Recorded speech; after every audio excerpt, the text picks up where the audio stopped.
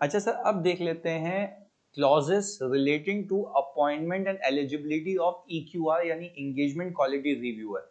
अच्छा, वो सबसे पहले ये कहता है ISQM2 आपको कि हर फर्म अपनी पॉलिसी बना ले, अपनी पॉलिसी बना ले। अच्छा, पॉलिसी क्या बना ले, जरा बात समझिएगा। पॉलिसी बना ले इस चीज के रिलेटेड कि अगर आप EY, जैसे मैं कह रहा हूँ कि भाई मैं EY में काम कर रहा हूँ, तो EY ने एक पॉलिसी बना ली है कि अगर एंटिटी जिसका मैं ऑडिट करने लगा हूँ वो इतने इतने थ्रेशोल्ड पे आ गई, यानी उसका रेवेन्यू इतने से ऊपर हुआ, सही जी, उसका प्रॉफिट इतने से ऊपर हुआ, तो एंगेजमेंट क्वालिटी रिव्यूअर अपॉइंट होगा। क्यों? क्योंकि भाई प्रॉफिटेबिलिटी है, लिस्टेड कंपनी, स्टेक ज्यादा होगा। ये मैंने एक बेसिक एग्जांपल दे दी। तो वो कहता है भाई कायदे कवानीन बना लो within the firm, controls लगा लो, और वो प्रोसीजर्स ऐसे हों कि अगर उन पैरामीटर्स पे कंपनी उतरी तो उसके लिए EQR लाजमी है, otherwise otherwise otherwise this will be counted as a non compliance, this will be counted as a non compliance. अच्छा, ये किया क्यों गया? ये किया इसलिए गया कि भाई ऐसा भी तो हो सकता है ना, मैं अपने हिसाब से बोलूं कि भाई मेरा तो दिल था, मैंने नहीं किया, मुझे नहीं लगा रिस्क था, तो बोल रहा भाई पहले पॉलिसी बना लो कि ये चीजें किसी एंटिटी के अंदर होंगी तो उसके लिए EQR अपॉइंट होना लाजमी है, अदरवाइज कोई ऑप्शन नहीं। अदरवाइज तो हर कंपनी का ऑडिट करते हुए फर्म के बंदे क्या बोलते हैं, यार मुझे तो लगा ही नहीं कि यहाँ पे अपॉइंट होना चाहिए। तो इसलिए कहा गया कि पहले you should prepare a policy. आए रीड करते हैं, वो कहता है a firm shall establish policies and procedures, policy and procedure बना ले that require the assignment of responsibility for the appointment of the engagement quality reviewers to an individual within the competence, capabilities and appropriate authority within the firm to fulfill their responsibility। ये बात समझिएगा, मैं आपको बताता हूँ हमारी firm में कैसे लगा हुआ है। हमारी फर्म के अंदर जब मैं अपना ऑडिट सॉफ्टवेयर खोलता हूँ ना, तो मुझसे पहले सवाल करता है। कुछ सवालात होते हैं प्री पॉपुलेटेड, बात समझिएगा, कुछ सवालात होते हैं कि भाई is this entity a listed entity, मैंने बोल दिया यस। अच्छा, फिर वो नीचे पूछता है क्या is engagement quality reviewer is required or not, is engagement quality reviewer is required or not। ये मुझसे सवाल पूछा है कौन? मेरा कैनवस का सॉफ्टवेयर। अच्छा, अगर मैंने नो किया ना, वो आगे नहीं बढ़ने देगा, एरर देगा एरर देगा एरर देगा। क्यों? क्योंकि सिस्टम में एम्बेड हुई है पॉलिसी, और पॉलिसी एम्बेड हुई है लिस्टेड कंपनीज के लिए EQR का होना लाजमी है। तो ये क्या बन गया? कायदा कवानीन बन गया, इसके बगैर आप आगे जा ही नहीं सकते। अब आगे चीज सुनिएगा फोकस के साथ। मैंने कहा, मैंने क्लिक कर लिया कि इसके ऊपर हाँ EQR चाहिए, फिर दूसरा सवाल पूछता है कौन चाहिए। कौन चाहिए मतलब क्या? मतलब लाड में मिल रहे हैं कि बात नहीं, हमारे सिस्टम के अंदर पहले ही फीड इन हुए हैं कि ये एंगेजमेंट क्वालिटी रिव्यूअर हो सकते हैं। अच्छा, बात समझिएगा, ये क्या है? ये एक कंट्रोल है, ये पॉलिसी एंड प्रोसीजर है कि यही EQR हो सकते हैं, इसके अलावा नहीं हो सकते। रीजन है क्योंकि उनकी कॉम्पिटेंस, कैपेबिलिटी, एबिलिटीज पहले ही चेक होकर सिस्टम में डल चुकी हैं, और उनकी IFRS की एक्रेडिशंस होती हैं। हर साल, हर 6 महीने में उनको ट्रेनिंग्स करनी होती है ताकि वो अपडेटेड रहें। तो सिस्टम को भी पता है, EY को भी पता है कि this XYZ person is eligible to become engagement quality reviewer. इसके अलावा आप सेलेक्ट भी करेंगे, वो आपको आगे नहीं बढ़ने देगा, फाइल नहीं बनाने देगा। तो बात समझ आती है, तो वो ऑटोमेटिकली डिटेक्ट हो जाएगा। तो समझने की बात यह है कि each and every firm has to develop a policy in order to appoint EQR। बात क्लियर है? आगे फिर बोलता है दोज पॉलिसीज और procedures shall require such individuals to appoint the engagement quality reviewer. यानी भाई वो पॉलिसी एंड प्रोसीजर ऐसे बनाए जाएं कि जिसमें फिर रिक्वायरमेंट हो जाए कि इसके तहत अगर एक बंदा फॉल कर गया, इस क्राइटेरिया पे आ गया, तो एंगेजमेंट क्वालिटी रिव्यूअर अपॉइंट होगा ही होगा, और वो बंदा कॉम्पिटेंट होना चाहिए, केपेबल होना चाहिए। तो देखें यहाँ पे नीचे मैंने लिख के भी दी है आपको, requirements for quality control reviewer. पहली चीज लिखी है मैंने, engagement quality reviewer should not be a member of the engagement team। ये क्या बात हुई? मतलब अगर मैं किसी ट्रेनी को उठा के engagement quality reviewer बना दूं तो ये तो सेल्फ रिव्यू थ्रेड हो गया। अपनी ही engagement में से जो डायरेक्टर था, जो ये ऑडिट engagement देख रहा है, और उसी को मैं EQR बना दूं, सर देखें वो तो नॉर्मल टीम का पार्ट है भाई, हमें तो उसके ऊपर कंट्रोल चाहिए। वो तो ये चेक करेगा कि हमने जो जजमेंट्स को सम अप किया, कंक्लूड किया, क्या वो सही था या नहीं था। एग्जांपल देता हूँ, हमारे हिसाब से हमने कहा कि भाई प्रोविजन नहीं होना चाहिए था, जबकि जो EQR है उसने अपने एंगल से देखा, उसने बोला होना चाहिए था। तो भाई वो तभी तो इन्वॉल्व हुआ है, वो तभी तो इन्वॉल्व हुआ है to test our judgments, to challenge our judgments. और अगर वो कॉन्ट्राडिक्टिंग है तो वो हमें बोलेगा सही करो, क्योंकि वो एक इंडिपेंडेंट बंदा है, just like a independent director.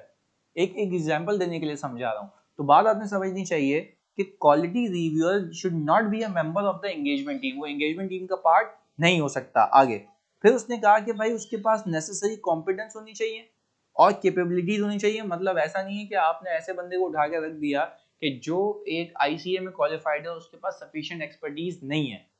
अगर मैं कहूँ कि एक बंदे को मैं EQR अपॉइंट कर रहा हूँ इंश्योरेंस कंपनी के लिए, तो उसके पास इंश्योरेंस का प्रॉपर एक्सपोजर होना चाहिए, otherwise he is not allowed to become a EQR।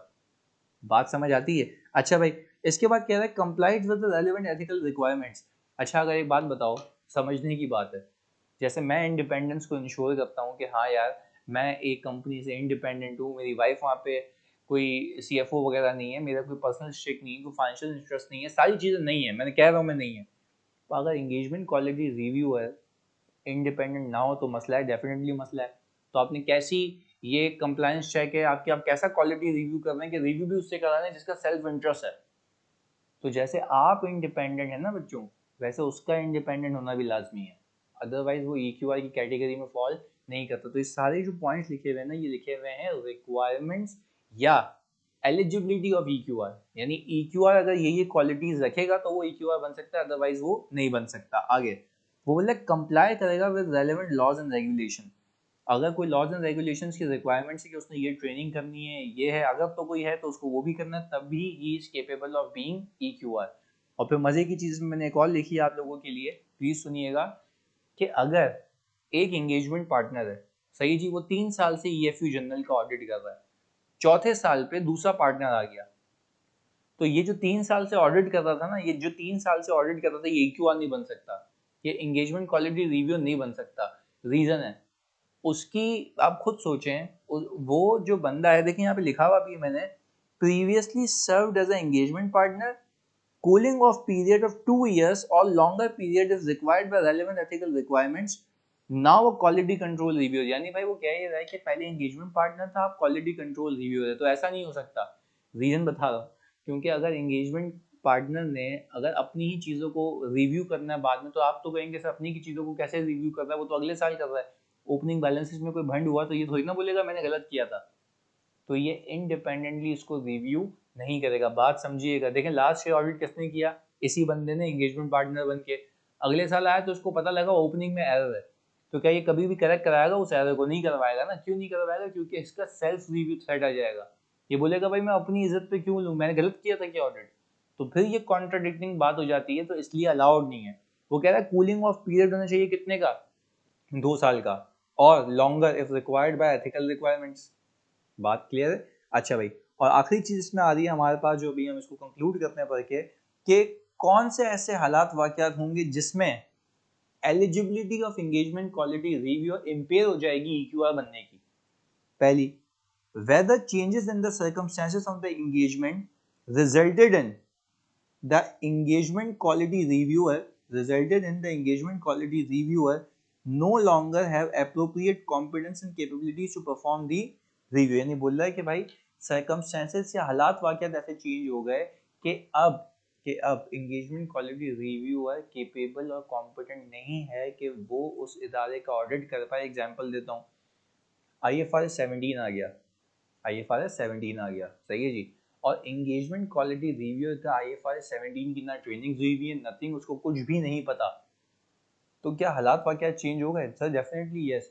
तो अगर हालात वाकयात चेंज हो गए और IFRS 17 ऑल टुगेदर पूरी इंश्योरेंस कंपनी पे लग गया, तो this person is not capable of doing review because circumstances have been changed, उसको उसकी एप्रोप्रिएट नॉलेज नहीं है। दूसरा point, whether changes in other responsibilities of the engagement quality reviewer indicate that उस बंदे के पास कोई टाइम ही नहीं होगा। अब लेट से आप बात समझे, एंगेजमेंट क्वालिटी रिव्यूअर अपने क्लाइंट्स भी देख रहा है, उसके बाद और क्लाइंट्स आ गए और उसके आपको देख के लग रहा है कि वो बंदा प्रॉपरली इस एंगेजमेंट के रिव्यू पे टाइम नहीं दे पाएगा, तो बेटा फिर माजरत आप उसको एंगेजमेंट क्वालिटी रिव्यूअर अपॉइंट नहीं करेंगे, रियली सॉरी, क्योंकि वो क्वालिटी टाइम नहीं दे पाएगा तो फिर वो जो मकसद है मेरा क्वालिटी ऑडिट डिलीवर करने का, वो फॉत हो जाता है। बात क्लियर है? और फिर तीसरी चीज है notification from the engagement quality reviewer itself, कि भाई मैं तो कर ही नहीं सकता। वो खुद बोल रहा है कि भाई मैं नहीं कर सकता, जाहिर सी बात है वो खुद क्यों कहेगा? या तो वो खुद इंडिपेंडेंटली बता दे, एथिकली बता दे कि भाई मेरे पर्सनल शेयर्स है वहाँ पर, मेरी वाइफ वहाँ पे जॉब कर रही है, तो मैं ये नहीं कर सकता। तो खैर तीन चीजें हो गई, हालात वाकयात बदल जाए, सही है जी, वो खुद मना कर दे, और दूसरी चीज हमने ये सीखी थी कि भाई एंगेजमेंट क्वालिटी रिव्यूअर के हालात ही देख के लग रहा है कि उसका टाइम ही नहीं होगा, तो उसको रिव्यूअर अपॉइंट करने का कोई तुक नहीं बनता। बात समझ आती है? सी मिलते हैं जी, अल्लाह हाफिज़।